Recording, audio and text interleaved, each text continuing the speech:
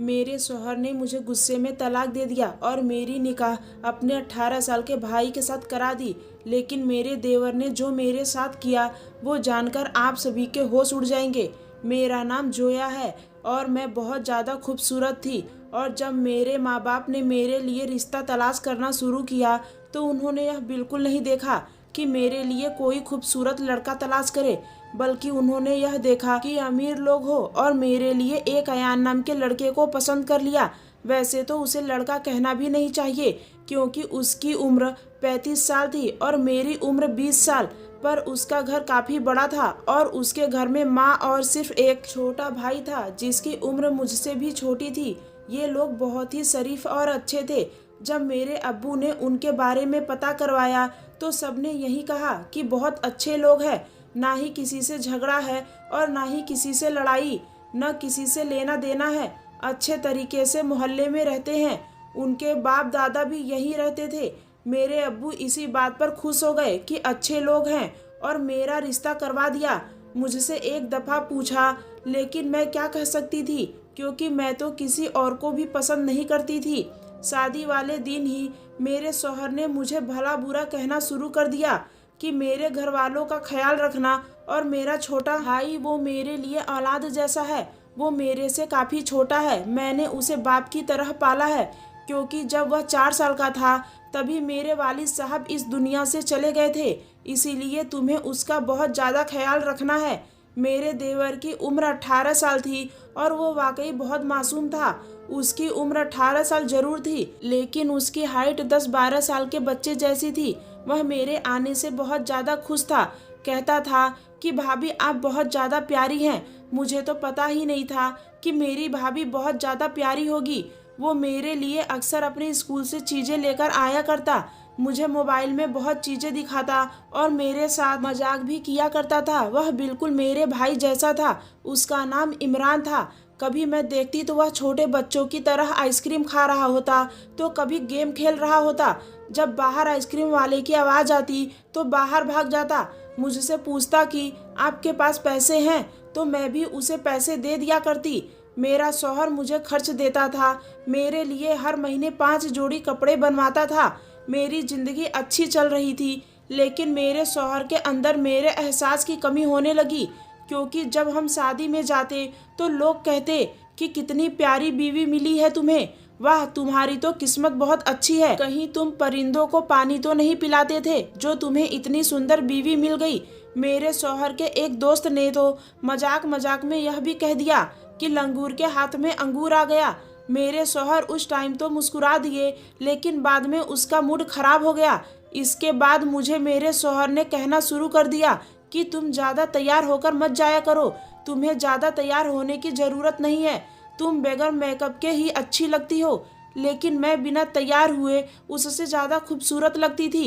एक दफ़ा बिना मेकअप के गई, तब भी लोगों ने मेरी बहुत ज़्यादा तारीफ की। उस रात मेरा शौहर मुझसे झगड़ने लगा कि एक दिन मैं सुबह उठी तो मेरी सास ने कहा कि बेटा बाहर दूध वाला आया है, दूध ले लो। जब मैं दूध ले रही थी तो मेरा शौहर अचानक वहां आया और मुझे बाजू से पकड़कर अंदर घसीट लिया।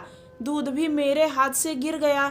मेरी सास ने यह मंजर देखा तो कहा कि क्या हो गया है। मैंने भेजा था उसे दूध लेने के लिए, तो उसने कहा आपने क्यों भेजा इतनी प्यारी लड़की को, सुबह सुबह बाहर दूध वालों की नीयत खराब होती है, सुबह सुबह औरतों के घर जाकर उनसे बातें करते हैं, और तुम वहाँ पर क्या करने गई थी। अपना चेहरा दिखा रही थी उसको। मैं हैरान रह गई कि ऐसी तो कोई बात नहीं करता, और मैं तो दुपट्टा करके गई थी। तो मेरे शौहर ने कहा कि आज से तुम बुर्का पहनोगी। मेरी सास ने कहा कि हमारे खानदान में पहले किसी ने बुर्का नहीं पहना है, तुम इसे बुर्का पहनाओगे। ठीक है, वह हिजाब करती है, बस इतना ही काफ़ी है। लेकिन मेरे शौहर ने कहा कि नहीं, यह पूरा बंद बुर्का पहनेगी तभी बाहर निकलेगी। पर्दा करना अच्छी बात होती है, लेकिन जब पर्दे को अपने गले का फंदा बना दिया जाए तो वो फिर अच्छा नहीं लगता। मेरे शौहर ने मुझे आहिस्ता आहिस्ता डांटना और गुस्सा करना शुरू कर दिया था। और एक दिन ऐसा हुआ कि मेरी सास ने कहा कि मैं उम्रा करने के लिए जा रही हूँ, बस सोचा था कि बड़े बेटे की शादी करूँगी तो उसके बाद उम्रा के लिए निकल जाऊँगी। छोटा बेटा तो अभी बहुत छोटा है, इसकी शादी में तो अभी टाइम है। मैंने अपनी सास को विदा कर दिया। मेरे शौहर ने कहा कि तैयार हो जाओ, शाम को ऑफिस की पार्टी में जाना है, सब लोग अपनी बीवियों को लेकर आ रहे हैं। मैं थोड़ा बहुत तैयार हो गई, लेकिन जब पार्टी में गए तो सबकी नज़र मुझ पर ही थी। यहाँ तक कि मेरे शौहर के बॉस ने भी मेरी तारीफ की। मेरे शौहर को बड़ा ही गुस्सा आ रहा था। जब घर आई तो मेरे शौहर ने कहा, मेरा बॉस किसी की भी तारीफ नहीं करता, उसके आगे अपना सर काट कर रख दो तब पर भी नहीं करता। और तुम्हारे पीछे कैसे घूम रहा था, आगे पीछे हो रहा था, बड़ी तारीफें कर रहा था तुम्हारी। मैंने कहा कि इसमें क्या बुरी बात है। मेरे शौहर ने डांटना शुरू कर दिया। मैं भी तंग आ गई थी। मेरे शौहर ने कहा, आज से तुम जरा से भी मेकअप नहीं करोगी। मेरे शौहर ने सारा मेकअप उठाकर फेंक दिया और इसके बाद कहा कि कोई मेकअप गहना जेवर भी तुम्हें पहनना नहीं चाहिए। मैंने सिर्फ इतना कह दिया कि आप गलत फहमी का शिकार हो रहे हैं। मेरी जुबान से यह लफ्ज निकल आई और मेरे शौहर ने चीखना चिल्लाना शुरू कर दिया। उसने मुझे तलाक दे दिया। अपने शौहर के मुंह से 3 दफ़ा तलाक सुनकर मैं हैरान रह गई और ज़मीन पर बैठ गई और फिर मैं बेहोश हो गई। होश आई तो मेरा शौहर मेरे करीब बैठा था। मैंने कहा कि दूर रहिए, आप मुझे तलाक दे चुके हैं। मैं बुरी तरह रोने लगी तो मेरे शौहर ने कहा, नहीं, ऐसे तलाक नहीं होता, हमारा तलाक नहीं हुआ है। लेकिन मैं मुतमईन नहीं थी। सुबह हम लोग मौलवी साहब के पास गए तो उन्होंने कहा कि तलाक हो गया है, क्योंकि तुमने 3 दफ़ा कहा और औरत ने सुन लिया। अब हलाला करना पड़ेगा, नहीं तो यह तुम पर ही हराम हो चुकी है। मैंने कहा कि मुझे कोई हलाला नहीं करना, अब मैं अपने घर जाऊंगी। मेरा शौहर मेरे कदमों में बैठ गया और माफ़ी मांगने लगा कि मुझसे गलती हो गई, मुझको माफ़ कर दो, मैं तुम्हारे बगैर नहीं रह सकता। अभी तो हमारी शादी को 1 साल भी नहीं हुआ। मैंने कहा कि यह सब तो आपको पहले सोचना था ना। मेरा शौहर बार बार मुझसे गुजारिश करने लगा कि मुझे माफ़ कर दो, तुम्हारा कोई कसूर नहीं था, तुमने कोई बेवफाई नहीं की थी और तुम बदकिरदार भी नहीं थी। मैं गुस्से में था और मेरा गुस्सा तुम पर निकल गया। मैं क्या करूं? मर्द से भी तो गलती हो सकती है ना। जब हम लोग वापस आए तो मेरी आंखों में आंसू थे, तो मेरे देवर ने देख लिया। मैं एक कमरे में आ गई। मैंने अपने शौहर से कहा कि अब आप इस कमरे में नहीं आ सकते, मैं जा रही हूँ, और मैं अपना सामान पैक करने लगी। मेरा शौहर बच्चों की तरह रोने लगा और उसने कहा कि तुम्हारे साथ तो बुरा होगा जब तुम 3 महीने बाद जाकर यह सबको बताओगी कि तुम्हारा तलाक हो गया है। तो क्या तुम्हारे घर वाले तुम्हें घर पर बिठा लेंगे? क्या तुम्हारी फिर से शादी नहीं करेंगे? तुम्हें दोबारा फिर किसी न किसी से तो शादी करनी होगी ना, तो तुम मुझसे दोबारा शादी क्यों नहीं कर सकती? मैं अपने शौहर से बहुत ज़्यादा मोहब्बत करती थी। मैंने कहा कि मैं यह सब नहीं कर सकती, यह सज़ा आप मर्दों को दी गई है, लेकिन दरअसल यह औरतों के लिए भी सज़ा ही है। इसमें मेरा क्या कसूर है? तलाक तो आपने दिया है, तो सज़ा मैं क्यों लूँ? आपको तो कुछ भी नहीं होगा। और मेरे शौहर ने तो मेरा पीछा ही नहीं छोड़ा, बार बार मुझसे गुजारिश करता रहा। फिर मैंने कहा कि हलाला किसके साथ करवाएंगे, कौन है हलाला करने के लिए? तो अचानक से कमरे के दरवाजे पर दस्तक हुई और मेरा देवर अंदर आया। उसने कहा कि भाभी को क्या हुआ है, वो रो क्यों रही है? मैंने उन्हें रोते हुए देखा। और आप लोग लड़ाई झगड़ा क्यों कर रहे हैं? मेरे शौहर ने देवर को समझा बुझाकर बाहर भेज दिया और खामोश हो गया। और इसके बाद कहा, अपने भाई के साथ तुम्हारा हलाला करवा दूंगा। वैसे भी वो बच्चा है, उसे इन सब चीजों की समझ नहीं है। मुझे नहीं पता था कि यह सब क्या हो रहा है। मुझे यह भी नहीं पता था कि हलाला किस तरह होना है। मेरी जिंदगी मेरे शौहर के हाथों का खिलौना बन चुकी थी। वह जो चाह रहा था वह मेरे साथ करता जा रहा था। मेरी सास घर पर नहीं थी। मेरे शौहर ने कहा कि यह बात किसी को भी पता नहीं चलनी चाहिए, ना ही तुम्हारे घर वालों को और ना ही मेरी मम्मी को। मम्मी को अभी उधर कुछ दिन और रहना है, क्योंकि वहाँ हमारे कुछ रिश्तेदार भी रहते हैं। मम्मी के आने तक यहाँ सब कुछ ठीक हो जाएगा।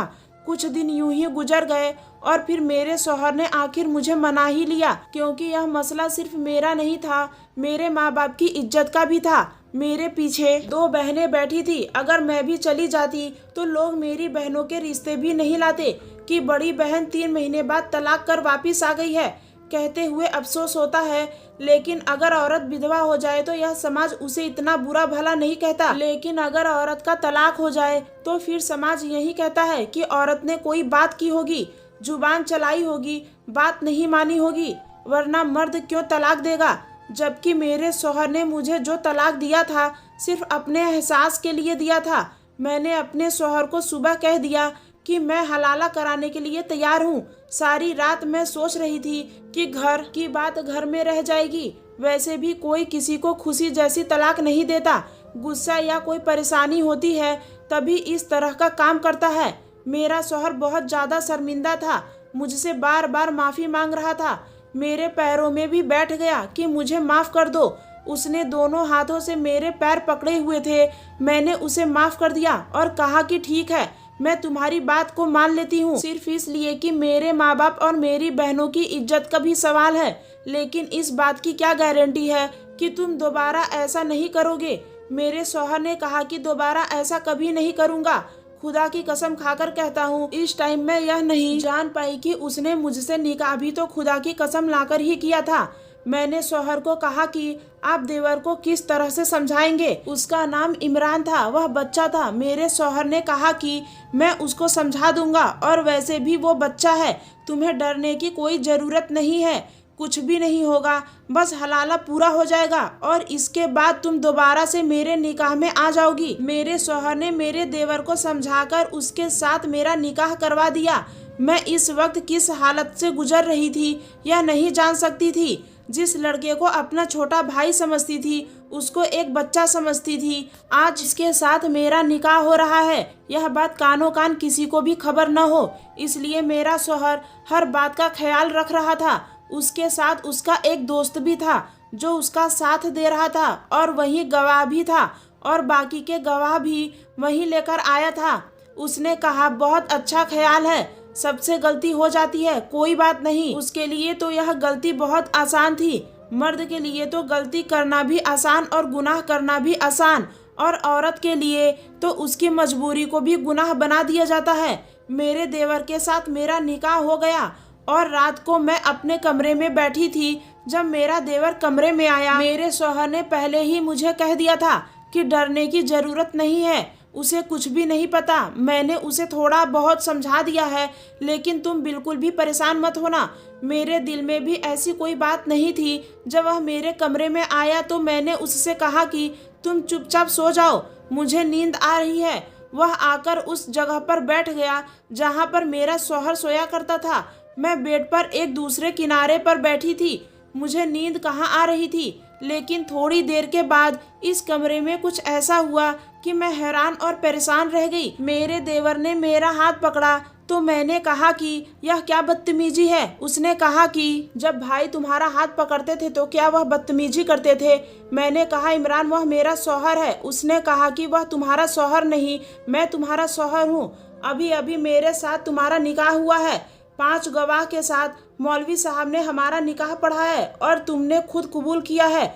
मैंने कहा कि यह निकाह नहीं हलाला है, तो उसने कहा कि मेरे लिए तो यह निकाह है और मुझे छोटा बच्चा नहीं समझना। मैंने अपने शौहर को आवाज़ देने के लिए मुंह खोला तो मेरे देवर ने मुझे चुप करा दिया। उसने कहा कि अगर तुम्हारी आवाज़ यहाँ से बाहर निकली तो मैं तुम्हें जान से मार डालूंगा। मेरी गलती थी जो मैंने उसे बच्चा समझा। जिसका भाई इस तरह का था वह खुद कैसे मासूम हो सकता था। जिसने अपनी बीवी को छोटी सी बात पर तलाक दे दिया और उसका हलाला अपने ही भाई के साथ करवा रहा था, वह भी बिना इजाज़त पूरी किए। ऐसा सख्त भी अपने भाई को क्या सिखाएगा। सुबह हुई तो मैं बिल्कुल चुपचाप थी, पत्थर की मूरत की तरह बैठी थी। मैं अपने शौहर को सब कुछ बता दिया था। उसने कहा कि मैं अभी उसकी जान ले लूँगा। मैंने कहा कि उसकी जान क्यों ले लेते हो। मैंने कहा कि उसकी जान क्यों लेते हो, अपनी जान ले लो और उससे पहले मुझे मार डालो, क्योंकि यह सब तुम्हारी ही वजह से हुआ है। मेरा शौहर भी बेबस हो गया। उसने कहा कि बस अब मैं उससे कहता हूँ कि वह तुम्हें तलाक दे दे, पर मेरे देवर ने तलाक देने से इनकार कर दिया। मेरा शौहर उसे मारने के लिए आगे बढ़ा तो उसने मारने की कोशिश की। बहुत बड़ा तमाशा बन गया था। मेरी सास अचानक से आ गई जो हमें हैरान करने के लिए जल्दी आ गई थी, लेकिन अपने दोनों बेटों को मेरी वजह से लड़ता देखकर हैरान रह गई। यह बात मेरी सास को भी पता चल गई थी और मेरे घर वालों के सामने भी सारी बात आ गई थी कि यह सब कुछ हुआ है। सारे लोग ही सर पकड़कर बैठ गए कि हम लोग उनके पीछे क्या करते रहे। उन्होंने इतना बड़ा तमाशा बना दिया जब सारे लोगों ने मुझे अपने साथ बिताया बात करने के लिए। सबके ही अपने अपने सवाल थे। मेरे शौहर का कहना था कि मुझसे गलती हो गई। मैं तो अपनी गलती को सुधारने की कोशिश कर रहा था। इस्लाम में यह तरीका इसलिए बताया गया है, अगर किसी से गलती हो जाए तो अपनी गलती को ठीक करने की कोशिश करे। दूसरी तरफ मेरे देवर का यह बयान था कि मुझे पहले से ही भाभी पसंद थी और अगर मेरी शादी उनके साथ हो गई तो इसमें क्या बुरा हुआ। मैं तलाक देना नहीं चाहता, मुझे तलाक नहीं देना। सबने कहा कि तुम्हारी उम्र अभी छोटी है, तुम्हारी भाभी तुमसे 4 से 5 साल बड़ी है। तो मेरे देवर ने कहा कि मेरे भाई भी तो भाभी से 8 से 9 साल बड़ा है। सब मेरी सास को कहने लगे कि आपने बेजोड़ शादी क्यों की, आपकी जिद से ये आज इस मुकाम पर पहुंच गए हैं। मेरे माँ बाप भी परेशान हो गए थे, वो भी क्या कर सकते थे। मुझसे पूछा गया कि मैं क्या चाहती हूँ, तो मैंने कहा कि बस मुझे दोनों से ही निजात दिलवा दीजिए और मैं अपनी जिंदगी अपने तरीके से जीना चाहती हूँ, गुजारना चाहती हूँ। मेरी बात पर तो किसी ने कुछ बोला तक भी नहीं। लेकिन फिर अम्मी मेरे देवर को समझाया कि तुम अभी छोटे हो, तुम्हारी पढ़ाई के दिन है, स्कूल से अभी तुम निकले नहीं हो और अपने भाई की बीवी के साथ तुमने निकाह कर लिया। जब तुम्हें कहा था कि तुम्हें तलाक देना है तो फिर तुम्हें तलाक देना था, लेकिन तुमने अपने दिमाग में ही प्लान बना लिया कि मैं तलाक नहीं दूंगा। तो यह तो एक बहुत बड़ा धोखा है, तुम अपनी बात से मुकर रहे हो। सबने मेरे देवर के खिलाफ बातें की और उन्हें मजबूर कर दिया। उसने मुझे तलाक दे दिया और मैं इद्दत पूरी करने के लिए अपने घर चली गई। कम से कम मुझे इस तरह की इबादत तो पूरी करने थे। इस दौरान मैं यह फैसला कर चुकी थी कि मैं अपने शौहर के पास वापस नहीं जाऊंगी और अकेली ही रहूंगी। लेकिन यह तो सिर्फ फिल्मों और सीरियल में ही होता है कि औरत अकेली रहती है और फिर कहती है कि मैं एक कामयाब औरत हूँ और मेरे पास सब कुछ है। मेरे घर वाले ही मेरे खिलाफ हो गए। उन्होंने कहा कि हम तुम्हें अपने घर नहीं बिठा सकते, हमको फिर से तुम्हारी शादी किसी के साथ करनी है। फिर तुम अपने पहले वाले शौहर के साथ ही चली जाओ, वह भी तुम्हें अपनाना चाहता है और तुम्हारे लिए मरा जा रहा है। मेरा शौहर मेरे लिए मरा जा रहा था। उसने कहा कि मैं बदल गया हूँ, मैं तुम्हारा बहुत ख्याल रखूंगा। लेकिन मैं फिर भी वापस नहीं जाना चाहती थी। लेकिन मेरे माँ बाप ने मुझे जबरदस्ती घर से बाहर निकालकर उन्होंने कहा कि हम तुम्हें घर में नहीं रख सकते, तुम हमें अपना ऑप्शन ना समझो, तुम्हारा शौहर ही तुम्हारा ऑप्शन है। बड़ा अफसोस हुआ मुझे और इस बात पर भी यकीन हो गया कि औरत का तो कोई घर ही नहीं होता और मर्द के बिना औरत की कोई इज्जत नहीं होती, चाहे वह बाप हो, बेटा हो, भाई हो या फिर शौहर हो। अगर उसके साथ कोई मर्द नहीं है तो उसकी कोई इज्जत नहीं है। मैंने अपने घर वालों को कुछ नहीं कहा, मैंने अपनी जुबान पर ताला लगा लिया और फिर से मेरे शौहर के साथ ही मेरी शादी कर दी गई। अब हम दोनों फिर से एक मियाँ बीबी हो गए थे।